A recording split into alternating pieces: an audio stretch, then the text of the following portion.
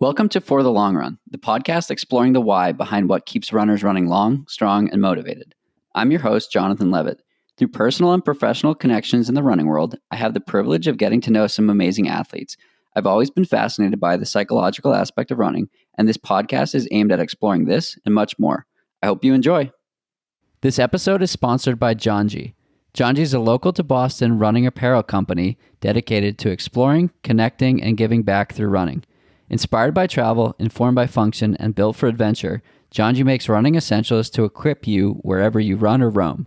The company was founded on the core belief that water is a human right and donates 2% of their sales to supporting clean water organizations around the world. I've known the two co-founders of Janji for over 5 years, and it's been a privilege to see them grow and increase the level at which they've been able to give back to the running community and to the world in general.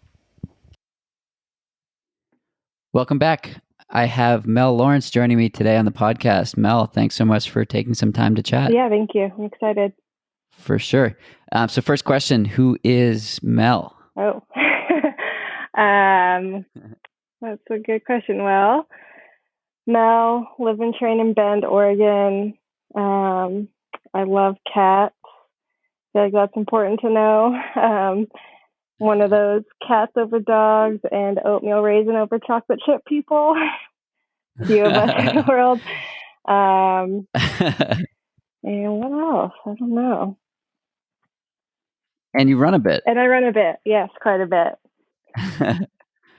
Awesome. Well, so you're out in Bend, Oregon. You run professionally, and let's dive into that. So my first question is, do you remember your first run? Yes. Well, so yes and no.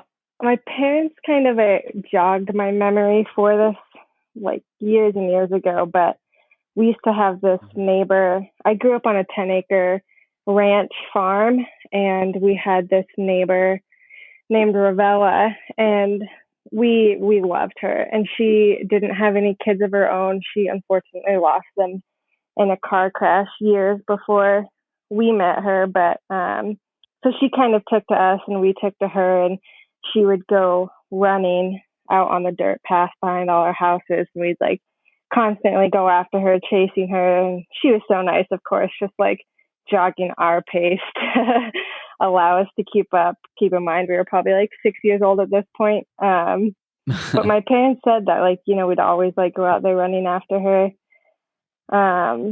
And then, but my like first real run, it's probably hard. I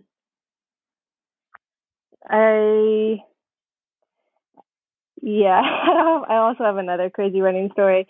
We were up at this lake. We used to have a cabinette, and long story short, my brother like fell in this levee thing and couldn't get back up, and it was really cold, and my sister went in after him, and then she couldn't get up either.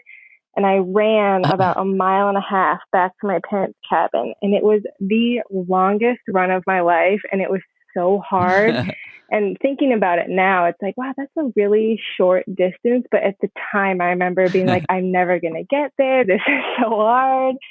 So just like little stories like that. And then like kind of just always little bit of running here and there. And then middle school is when I really was like, okay, I'm going to join the track team. Yeah. And at what point did you realize you were better than your peers, or you were pretty skilled at it? I think maybe 8th grade. So middle school for us out here is 7th and 8th grade. And so I think 7th grade was just kind of figuring it out and doing it and getting in shape and, you know, learning what a tempo was or a fartlek. And my coach he was serious, but it wasn't overly serious, which I really appreciate now in hindsight. But I think 8th grade, after a year of just having that consistency in my legs, in 8th grade, I was like, hey, this could maybe be a thing. And so that was 8th grade. And what was your experience in high school? High school. Oh boy. Okay, so my freshman year, I had the same coach actually for my club and like club sports in high school.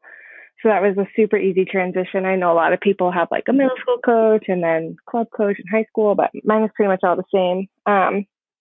So freshman year is more just about like transition of like high school and, balancing the more that sport, homework, athlete lifestyle. And I had my sister Collier. She's 3 years older. So I luckily had her as a senior while I was a freshman to kind of lean on and guide me. And that was really helpful. And of course, a lot of my really good friends were on the team, which was helpful. So yeah, high school, the freshman year is just more about kind of transitioning and like getting used to what I was doing and having my sister to like heavily lean on as a guide and support. And then every year just progressed more and more. And I kind of slowly turned into that role that Collier was for me, where I could like help bring up the younger kids as I was leaving. And yeah. Cool. And then you ran collegiately, and now you're a pro runner.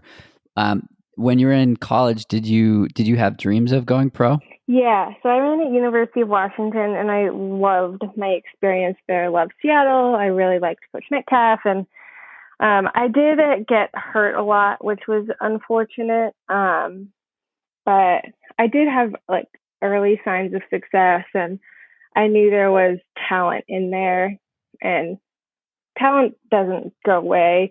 It might disappear for a while, but it's something that's always there, I believe.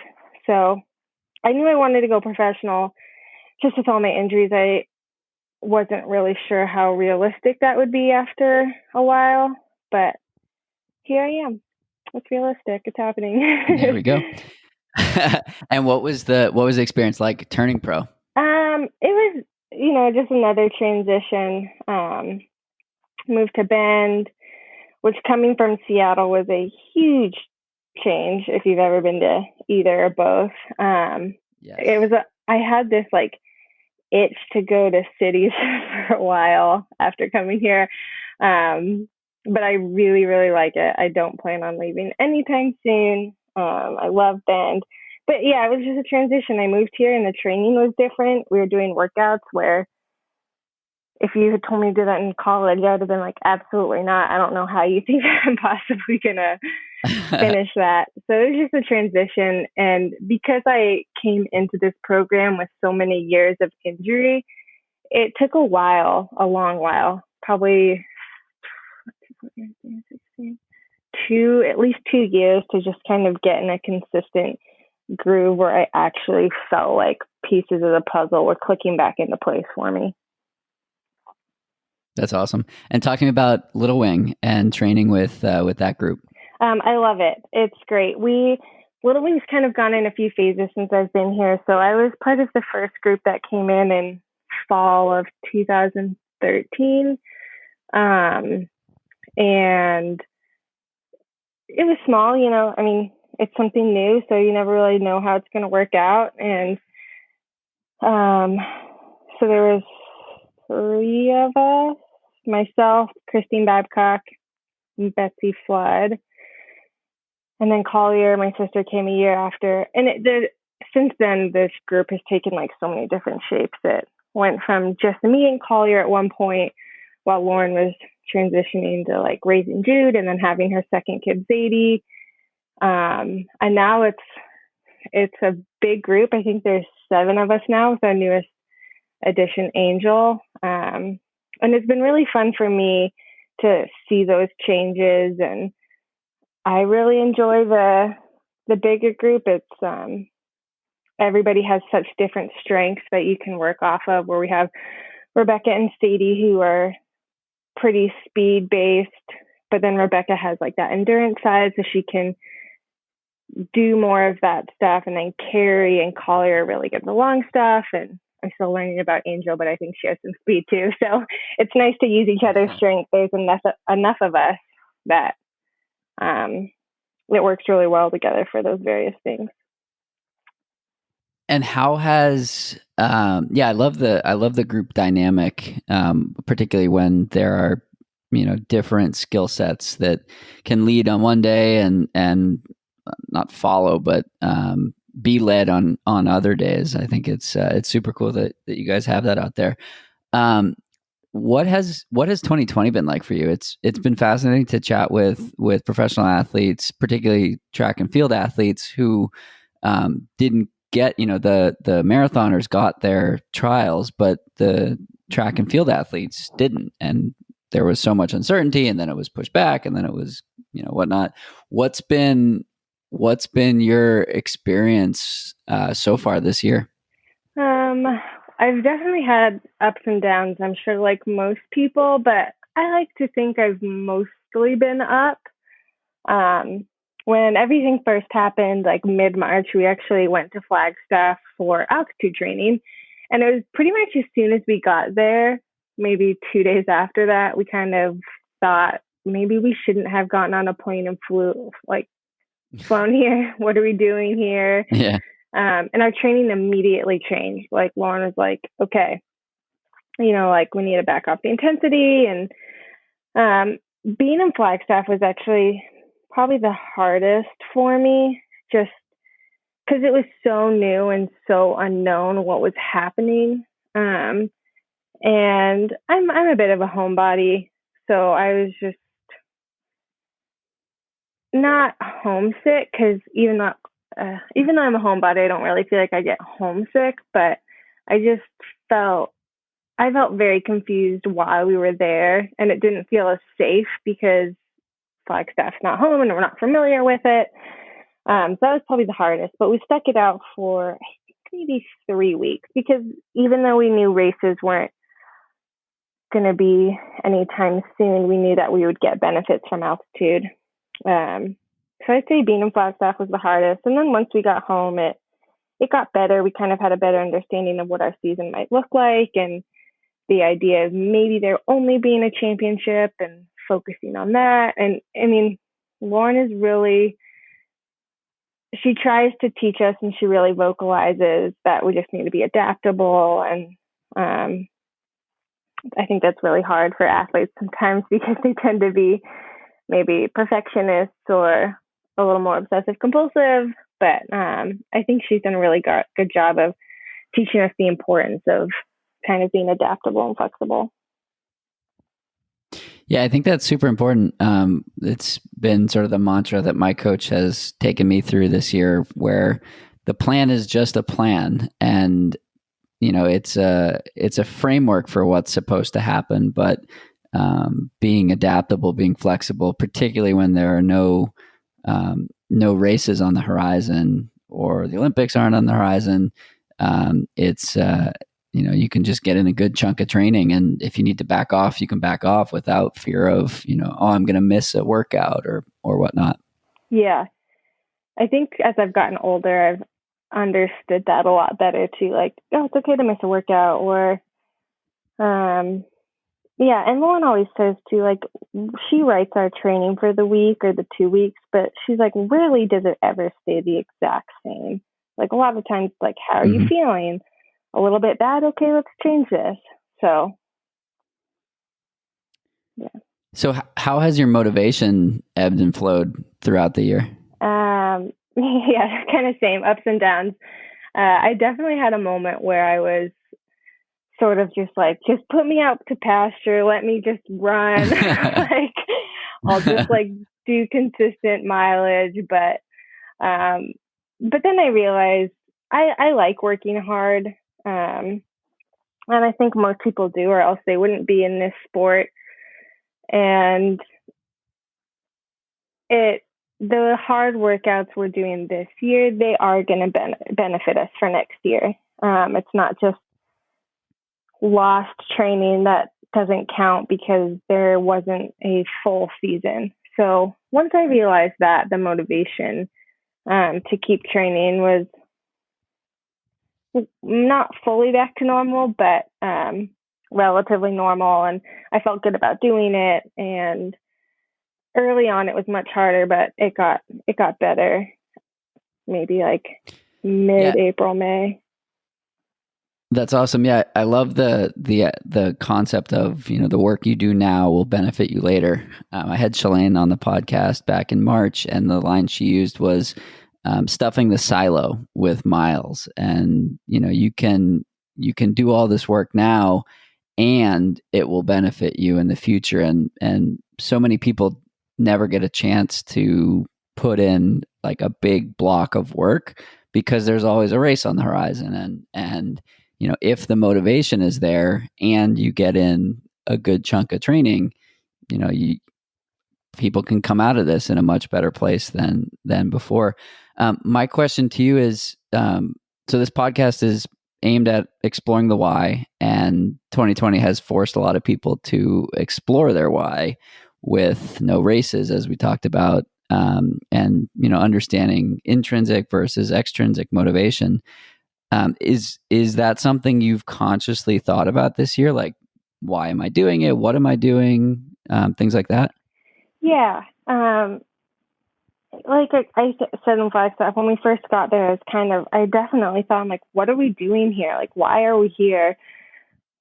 And it's hard to figure out that answer when you're frustrated in the moment. But right.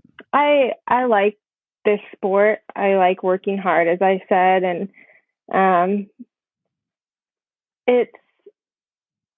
I don't know if everybody says this, but I think it's a fact of the matter. It helps when you're good at something, like that feels good, and I can't take away from that. And then, I've also met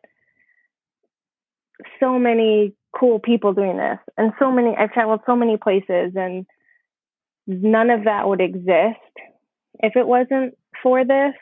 And not just athletes, but PTs and physios and, so many different types of people. And I like what I do. It feels good to work hard, and it's nice to meet. I can be a little shy. I don't really put myself out there very much, but this sport has made that so easy to just meet people. It's such a friendly sport. I don't know. Yeah, no, I totally agree. How have you used social media? Talking about meeting people, connecting with people and fans. How have you used social media to help further that? Well, I'm very guilty in the fact that I'm not the best at social media. It's something I constantly try and be better at. I think a lot of times it's really easy to fall into this trap of, and I don't mean this negatively or a woe is me way. It's just a fact. I feel like it's easy to fall into this trap of well, nobody really cares what I'm sitting here doing. We're all doing the same thing. But I have to remind myself that the people who follow me do care, and that's why they want to be part of that story. So I try and be better at it. I'm not great at it, but I try and be really realistic if I can be, because I think it's really easy to just share only the positive things. And that's not realistic, because everybody gets hurt, or everybody has hard times, whether it's mental health or something similar. And then I also try and share things outside of running, because that's not just who I am. I really like baking. I've gone on a big baking kick recently. But yeah, I like doing other things, and I like sharing those, not just the runner side of me. Definitely. Yeah. The just sharing the positives that we've seen on social has been interesting as people have adapted to not do that. So I spent the weekend supporting a friend, shooting for an FKT. She's a Western States champion and has done some, wildly incredible things. And we talked a lot about social media and how she struggles with it as well. And I sort of pushed her to, be a little more open on it and share the journey. And I've been able to have this conversation with, dozens of athletes and see the progression of dozens of athletes, sharing more than just the highs. And it's really cool to see the real human connection that can exist when it's not just a highlight reel. So it's been super cool to follow and see athletes who share the whole story and not just I won today, it was awesome, or I nailed my workout and it was the best. And I think that this sport and the industry itself is moving towards a place where that real engagement is what counts. And, the race results are what helps you get there, and but it's the humanness and relatability that keeps people there. Yeah, because it's not always. It's impossible to have great workouts all the time. That just doesn't exist. Yeah, and if you do, you're not trying hard enough. Yeah. So talk to me about, like you said, it's impossible to have great workouts all the time. Talk to me about either a race or some experience where, I don't want to say you failed, but you didn't achieve your goal and you came away better for it. That is a great question, because I think it's really hard to walk away from a moment like that. I feel like I'm better for that. I think a recent good example of that for me is, I think in the beginning of June, I did a hard 5K on the road, because I liked the idea of the road. It wasn't as easily measurable. We're at a little bit of altitude here. It wasn't super flat. So it's just like, I'm just going to go put in a really hard effort, and the time is what it is, but I can't measure it against anything else. So that's going to be nice. And then it must have been, so that was like a Tuesday. So then I think the Friday I came back and I did some Ks, and they weren't supposed to be hard. It was supposed to be like, just get some volume in your legs, start out at 320, I think, and then just like work down to, maybe it was even faster than that, but I was supposed to start like not crazy fast and then work down to faster, maybe like, I don't know, I can't even remember, but they were short rest, so it wasn't supposed to be hard. And it was so hard. I could barely run 320 pace. I felt terrible, and I have bad days, but I felt like that. I was like, wow, I haven't had a day like this in a long time. This is an exceptionally bad day. And it was frustrating, because I was like, well, I was running much faster Ks, like a couple weeks ago. But after talking to Lauren about it, so I don't know if I would have come to this conclusion on my own. And that's why we have coaches, I think, is to help us realize why we're better for these moments. But she just kind of acknowledged my strengths and weaknesses and what systems I benefit from. And she's like, I think doing that hard 5K and then a system like this, they're kind of similar, and just the volume. And she's like, it's really good for you, because those two systems back to back is typically really hard for me. And I didn't realize that in the moment. I just thought I was failing it today. Not failing it today, but the workout. And so it benefited me, because it's trying to like help improve those two back-to-back systems, which normally that happens. So I'm better for it, because it's going to improve, and it's going to help me improve on that, but it sucks in the moment. Definitely. What do you enjoy doing the types of workouts that you're not strong at? Yes and no. Because in the moment it's hard, but it does feel really good to walk away from it, and having succeeded at it. It's not as fun, of course, if you don't succeed at it, but it's easy. especially if it's on the track or something, a dirt loop you do over and over again, it is a little bit easier to measure. So you can see the improvements. And I like that. That's awesome. What are some of the mantras that you think about when things get hard? I might be an anomaly in this, but I don't really have mantras. I try to, and I see something and I'm like, oh, I really like that, but nothing's ever really stuck with me. Like, I don't have anything written on my mirror, but I do break things down in my head a lot, and I talk to myself a lot. I'm like, okay, come on, Mel, like, this is hard, but it's supposed to be hard. This isn't supposed to be easy. I just say things like that. So I don't really have a mantra. I just try and like really give myself positive talk in the moment. Got it.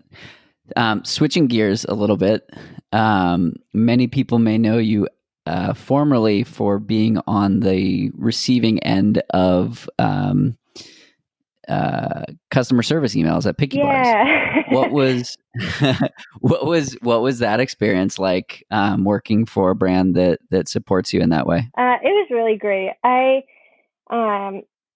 always thought of myself as somebody who I needed something outside of running to balance that part of my life, the running part.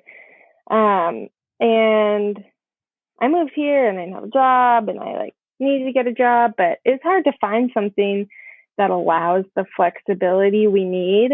And it just like kind of was a perfect opportunity. Their PickyBars previous customer service person was kind of moving into a marketing role, and I needed something, and I was in band, and of course, with it being owned by Jesse and Lauren, that made it really easy to have that flexibility.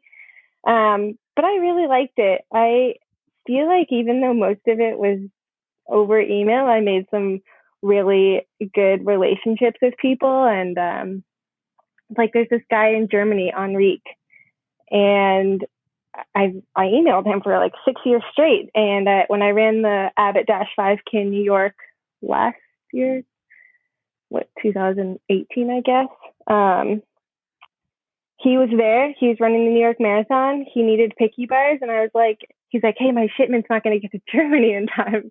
And I was like, well, I'm going to be there. Like, I'll just bring you in. You know, it's cool. We like met in the lobby. I gave him his stuff, and I was like, wow, I feel like I already know you, but it's nice to actually meet you. And so it was really cool. And last year, yeah, I guess 2019, I kind of felt like my running career is, I'm 31. I'm not that old, but I just kind of like, I really want to give this my full undivided attention for the years that I have left.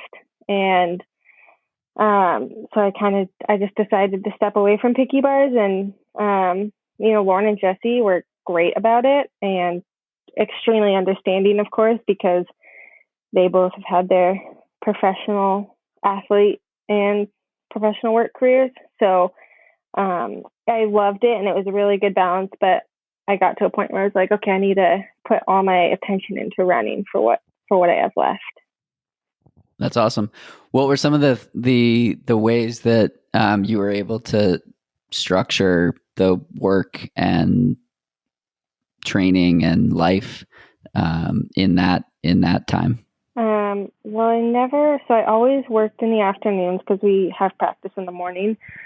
So I'd always just planned to start my day in the afternoon, which made that really easy. And I didn't have a time that I had to be in there, but I hold myself very accountable. So I never was like, oh, it's okay if I go in there at 3:00. You know, I tried to be very on top of it. And they made it so easy for me to work remotely that when I traveled, I always brought my computer, and I would always work. I wouldn't work on race day, but besides that, I'd sit down for a few hours in the afternoon and write my emails and follow up with with the emails.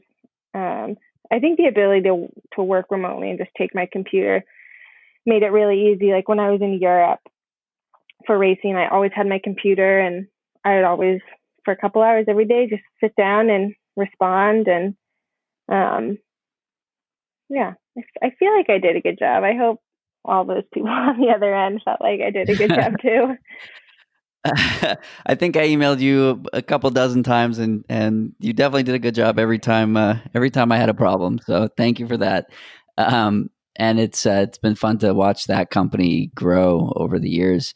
So on your end, what was it like working for when you joined a pretty small startup? Yeah, when I first started, it was one, two, like we all sat around this one table. So I'm just trying to like count the people around the table. I think it was maybe 5 of us. And that's actually how I met my husband. He got hired like 6 months after I did. So that's kind of funny. But yeah, it was just about 5 or 6 of us. And it has been really fun to watch it grow, because not only has it grown in the number of people working, but also just it's been really cool to see Jesse kind of transition into full-time PickyBars mode, and he's really passionate about it, and he cares a lot, and you can tell. And I think watching him balance that was a really good example for how I could balance that. And I was just fortunate enough to be in that situation to watch him do that. I know not everybody can like see how that works, but it was really cool to watch it grow. And now I kind of have no idea what's going on, which is also a little bit exciting in a different way. I'm like, oh, cool, there's a new product. I didn't know they were working on this, but I kind of like it. It's like something behind me, but something that's still like important to me, and something I learned a lot from and gained a lot of valuable experience from. Because when it's that small too, I was doing customer service, but it's so small, you're just naturally involved in the marketing a You're little doing bit. everything. Yeah. So it's cool. Yeah, it's super cool. I work for a company that when I joined, there were, like you said, 6 of us sitting around the table, and you wear about a dozen hats at all times. And now it's in a place where, there are 4 people or 6 people doing the job that I used to do. And it's so cool to watch that kind of evolution from the inside. And yeah, it's just like with running, like, you can't have that success overnight, but it's day after day after day, and eventually it builds into something pretty cool. Yeah. Thanks again to John G for sponsoring this episode. As a runner, you know the importance of hydration, but you might not know that almost 800 million people lack access to drinking water. By working together, we can create viable solutions, and collectively, we can have a greater impact. The John G Collective is one way to do that. It's a membership that earns you a ton of perks like discounts on gear and first access to new collections. It's also a community of adventurous runners around the world. 100% of the membership fee goes towards supporting clean water programs. I'm a member and enjoy knowing that it is a small step that each of us can take that, when pooled together, can have quite an impact. It's also great knowing that once the world reopens, I'll have runners in almost every city to enjoy a run with when I'm on the road in a new place. If you use the code FTLR, like for the long run, you can join the John G Collective for $50. You'll receive a free singlet as well as a special members-only discount for life. Every dollar from that will go towards supporting clean water programs. I hope you'll join me. So talk to me about your other sponsor, Oiselle. What's been your experience working with them? It's been great. I feel like what you see is what you get with them, which I really, really appreciate. So everything you see on social and real life, that's exactly how it is. They're extremely supportive and extremely feminist, like women power. And I really appreciate that. I really like it. I consider myself a feminist. I think most people probably should or would. But it's been really great. When I just talking earlier about coming out of college and trying to run professionally, I had been hurt on and off for, I don't know, 3 years. So I didn't feel like I had a lot of opportunities, but it was something I really wanted to do. And they were like, yes, we see the talent here. And thought how I thought talent doesn't disappear. It's definitely still in there. And that was kind of how Little Wing started. The idea behind it originally was, we're taking these group of women who have had success, but just kind of need an extra lift up. And I was part of that when it started. And I'm so grateful for that opportunity, because I don't know if I would still be doing this if it wasn't for them. I mean, it's really hard to kind of like think about what different paths might have come up, but I was a French major in college, and I was supposed to actually go help teach English in France for 7 months when I graduated college, but I ended up not doing that because I was moving to Bend, and it was kind of like, well, France will always be there, but your running career has a timeline on it. So yeah, maybe I would have moved to France and stayed there. What was it like to hear them say, "We believe in you. There's some talent there. Let's take a chance"? It was awesome. I don't even know if I could describe how it felt in that moment. It was a while ago, but also just the overwhelming gratitude I had for that. And then to then be like, oh, and it's going to be coached by Warren Freshman. I was like, well, obviously, Warren had been my role model for a while, just throughout the Foot Locker years. And it's kind of funny. We have pictures from when I was a freshman in high school. And I think that was maybe her first year as a pro, because she had just signed with Nike, and she was the West Coast captain of Foot Locker, and I was on the West Coast team. So we kind of have these, even though we weren't friends, we have these memories together from when I was 14 and she was, whatever that is, 23, something like that. So that was also a no-brainer to just and I was so excited about the experience that she was going to bring to the table as from what she had to be a coach. I think that's really valuable. And I think it's extremely valuable even now. Yeah, for sure. So you've talked a lot about Lauren as your coach. What are some of the biggest lessons you've learned from her? Oh boy, biggest. Okay. Just from small things, like an interval can be going poorly in the moment, but the workout's not over. Just I feel like she first talked to me about this when I was running a half marathon in 2014. She's like, yeah, mile 9 could be really bad, but you could come out of it at 11. And that has definitely transitioned over into workouts. One interval can be bad, but the whole workout's not going to be bad unless you think it's going to be bad. And so that's when I said I don't have mantras, but I just talk to myself. It's kind of like that, okay, just get through this rep, one interval at a time. And Lauren has done such a good job and teaching us to have that mentality. At least I've really grasped onto that. Just keeping my composure and really just trying to run the interval I'm in. And even if you have to break it up into a 200, I feel like that's something she's really taught me and trained me to work on over the years. That's awesome. So it sounds like gratitude is something that you practice. Is that an intentional practice, or does it sort of happen throughout your day, or is there more of a structured component to it? I don't think it's definitely not intentional, I guess, because it's not something I don't sit down, and I'm also not a journaler. I don't really enjoy writing in that way, which is probably another different anomaly about me, at least compared to a lot of my teammates. But I think it's just something that, not to say that it's natural, but it's really easy for me to realize the opportunities I've been given here and be extremely grateful for them. So whether I do it like consciously or unconsciously, it's kind of easy to, it'd be horrible for me to forget them and not realize, think Definitely. about them. For sure. So fast forward 10 years. What are you really proud of accomplishing? Oh my goodness. 10 years like from now? Yeah.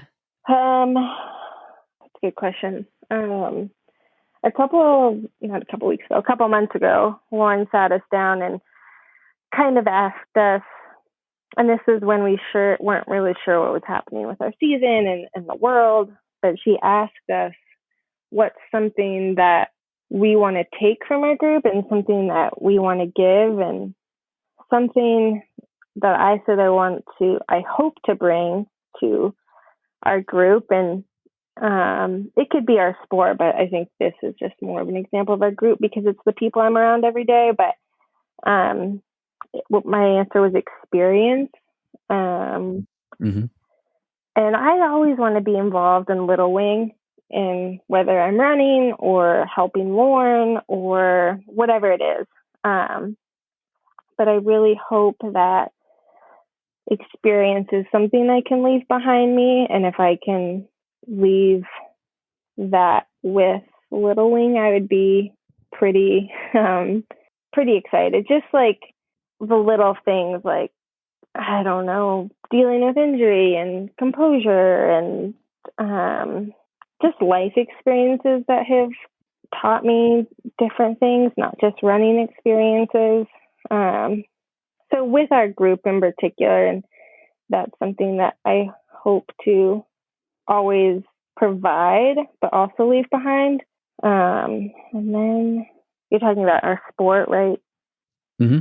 Or however you choose to answer the question. Okay. That's so hard. Let's see. 10 years. Sorry, can you repeat the question? What I hope to leave behind 10 years from now? So what you would be proud of in 10 years? I'd also be proud of how I stuck through the sport. It could have, coming out of college, I was so out of shape comparatively. So I think it would have been really easy for me to just stop and just like, I'm gonna do something different. I'm gonna go to France. I'm gonna teach English. I'm gonna, really make this my career. So I'm proud to like have not given up, because I think it would have been really, really easy to, especially because it took me like 2 years to just show some sort of old form of myself. So I'm proud. Mm-hmm. I'm proud of the like resiliency and the effort I put into this. That's awesome. I find it so interesting to ask this question to professional athletes and observe that most will not answer winning this or making the Olympics or PRing, at 37 years old, whatever it is. It's most often process oriented versus goal oriented. And I think that that's a huge indicator of potential and your ability to be successful, because it's not putting all the weight on something objective. It's something subjective and something that's important to you versus a time on a clock or a spot on a podium or something like that. So I find that so fascinating that it's literally your job to perform, but what you would be most proud of is what you did along the way and what you're leaving behind. Yeah, I actually really like that you just said that, because I wasn't even conscious of that. And I like a time or an achievement never even came into my mind. But I think it's funny because a lot of times people are like, oh, it's about the journey. And sometimes it's hard to keep that in perspective and remember that. But you just saying that makes me feel like it's kind of subconscious, like everybody's just enjoying the process. And you kind of have to in this sport, I feel like. But yeah, I really like you said that, because it's like, oh, that is very true, whether we realize it or not. Definitely. And it's cool. I've asked this question probably 15 times now, and just about every time the answer has been something similar to what you said. And my goal with this podcast is to dig into what helps, what has allowed successful people to be successful, and seeing consistencies like that. I think it's fascinating. And for those listening, it's either confirmation that, hey, you're doing the right thing, or here's what a lot of people have found to work for them, to help them get to some of the highest levels possible.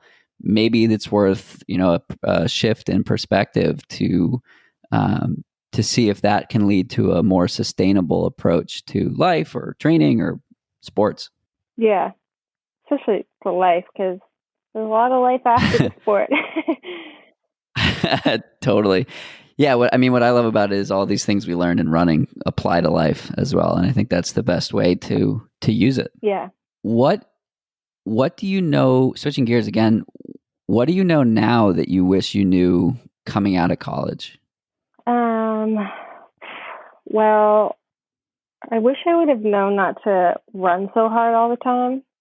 I think that's something I learned like right at the end of my college career, going into professional running. But I think it was part of the reason I got hurt a lot, which was my own fault entirely. Like, I got hurt, and then it was like, okay, there's this season, I need to get in shape. The fastest way to get in shape is to just really push yourself. So that, because now we work out really hard. Our hard days are really hard, and our easy days are easy. And a lot of the stuff we do is heart rate based. So sometimes after a really hard day, Lauren, for me in particular, everybody's heart rate is different. She's like, hey, I need you to go on a run, and your heart rate has to stay under 150. And, sometimes that can be 8:30 pace. It really just depends on the day. And, there are other factors that are involved, like for women, like your menstrual cycle and where you are in that. But I wish I would have realized sooner that I didn't need to run hard all the time, and that a bad day doesn't define your career or what you're doing, and what it's all for. And I think a lot of that is just, time and age and perspective and being able to look back on it. Definitely. I learned the you don't need to run hard all the time lesson about 5 years too late. Yeah. but I learned it, and that's what counts, I guess. Last question. What do you wish people knew about you? Oh, okay. This is a good one. What do I wish people knew about me? Gosh, I feel like this is a question you'd have to ask my sister or brother. Well, I can be pretty shy. I'm not like super overwhelming when I meet people for the first time, which I think can come off in a negative way. Like, I just it's like, oh, she's not very nice. No, I am very nice, I promise. I just am very shy. But on the other side of that, I can be extremely sassy. I don't know if a lot of people have seen that side of me, except for my the people closest to me. But I think it's entertaining for a lot of people, especially in the car. I have a little bit of road rage and sass, but it only lasts for like 3 seconds, and then it's like back to my normal happy self. Awesome. Well, where can we find you if we want to follow along with your journey? I am active on Twitter and Instagram, and those two. Awesome. Well, Mel, thanks so much for taking the time to chat, and I hope to run into you in Bend, maybe at Recharge again soon. Yeah, thank you. It's been really great chatting. Likewise. That's it for today's episode. Like many long runs, it's sad when it has to end. I hope you join in next week on For the Long Run, and in the meantime, happy trails. If you've enjoyed this episode, it would mean a lot to me if you shared it so that others can find it and enjoy it too.